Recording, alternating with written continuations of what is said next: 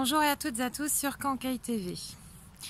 Bien, je suis toujours en pleine nature. Vous voyez, nous sommes dans des paysages d'automne. Le temps ralentit, la nature se régénère.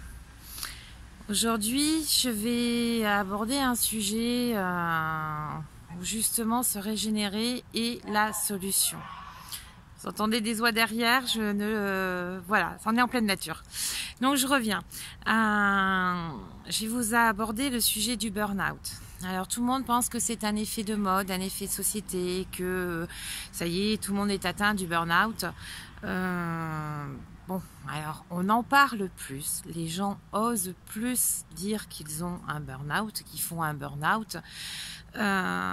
Simplement le burn-out, effectivement, c'est l'extrême limite d'un engagement. Il faut savoir que toute personne qui fait un burn-out, alors déjà pour information que vous sachiez que c'est aussi du vécu, j'ai fait moi-même un burn-out.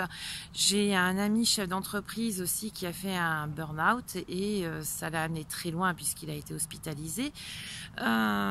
Et justement, avant d'en arriver là, avant d'en arriver à faire ce burn-out, notre corps s'exprime. Alors, je vous ai déjà dit que tout ce qui ne s'exprime pas s'imprime dans notre corps. Et à un moment donné, notre corps, il dit stop. Il dit ras-le-bol, j'en peux plus. Et il va trouver le moyen, comme je vous ai déjà expliqué, de vous arrêter. Alors, bien évidemment, ce que j'ai pu, moi, constater, puisque j'ai fait partie de groupes de parole également, c'est que le burn-out touche des personnes qui sont extrêmement investies. Qui aiment leur travail, voire même des work addicts, qui sont très précis, très perfectionnistes, voilà, ce sont des professionnels fort investis et fort, comment dirais-je, j'ai pas de terme parce que ça va au-delà de l'investissement en fait. Alors, le burn-out, il y a des petits signes avant-coureurs que nous envoie le corps. Il faut savoir les décrypter. Malheureusement, voilà, on est dans une société où la pression économique est là, la pression au boulot peut être là aussi présente. Et en général, une personne qui a fait un burn-out est une personne qui s'arrêtera pour maladie, mais vraiment en extrême urgence ou parce qu'elle n'en peut plus. Alors, quels sont les signes avant-coureurs? Une grosse fatigue, une énorme fatigue. Les week-ends, on les passerait sur le canapé à rien faire, même voir dans le lit, on n'en peut plus. On n'arrive même plus à répondre aux sollicitations des amis pour telle ou telle sortie, pour tel ou tel anniversaire, tel événement. On n'a qu'une envie, c'est qu'on nous fiche la paix, qu'on nous laisse tranquille. Autre fait, on a de plus en plus de troubles de l'attention, on a des difficultés pour s'organiser, pour planifier les choses, alors que tout ça, ça se fait naturellement, on ne comprend pas. On se dit, bon, c'est un coup de fatigue passager, ça va passer. Eh bien, c'est les premiers signes avant-coureurs du burn-out. Et on dit qu'on ne peut pas donner de définition du burn-out, ni même d'une symptologie. C'est faux, parce que moi, je me rends compte qu'avec toutes les personnes que j'ai pu rencontrer, qui ont fait un burn-out, qui ont échangé avec moi, y compris ce chef d'entreprise qui avait vraiment tout pour être heureux, comme il le dit lui-même, on a tous eu les mêmes alertes. Une grosse fatigue, on attrapait aussi toutes les premières saloperies qui traînaient, premiers virus, premières bactéries, voilà, le corps s'affaiblit, se fatigue, il n'arrive plus même à se défendre contre un rhume, contre une grippe, contre une gastro, et j'en passe. Autre fait, le burn-out, quand il arrive, c'est déjà trop tard. C'est déjà trop tard parce que c'est le cerveau qui se met sur off, qui brûle, qui en peut plus. Son corps qui brûle de partout, qui en peut plus. Il n'y a plus de batterie, il n'y a plus rien. Plus rien, plus de jus, rien. On a grillé complètement les circuits. Et là aussi, c'est un constat où je me rends compte que les gens ont les mêmes sensations, les mêmes façons d'expliquer les choses. Alors, dire qu'un burn-out est professionnel, effectivement, beaucoup mettent ça aussi sur le dos de notre vie de tous les jours. Le burn-out est effectivement essentiellement professionnel, lié à une activité.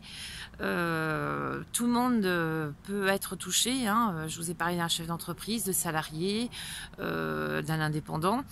Il faut savoir se prémunir un petit peu, faire attention, prendre du temps pour soi et puis se poser de temps en temps, poser le cerveau, parce que le burn-out aussi, c'est l'expression d'une surcharge mentale qu'on n'a pas réussi à gérer parce que le cerveau il pouvait plus, tout simplement.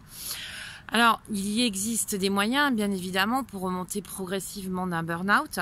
Je vous ai donné quelques éléments de réflexion pour que vous réfléchissiez un petit peu à comment je peux détecter que je suis en souffrance, que je suis pas loin d'un burn-out, que je fasse attention.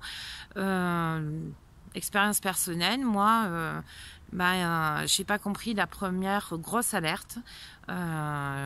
J'ai eu un gros malaise qui a fait que je ne pouvais plus ouvrir les yeux. J'avais des vertiges complètement.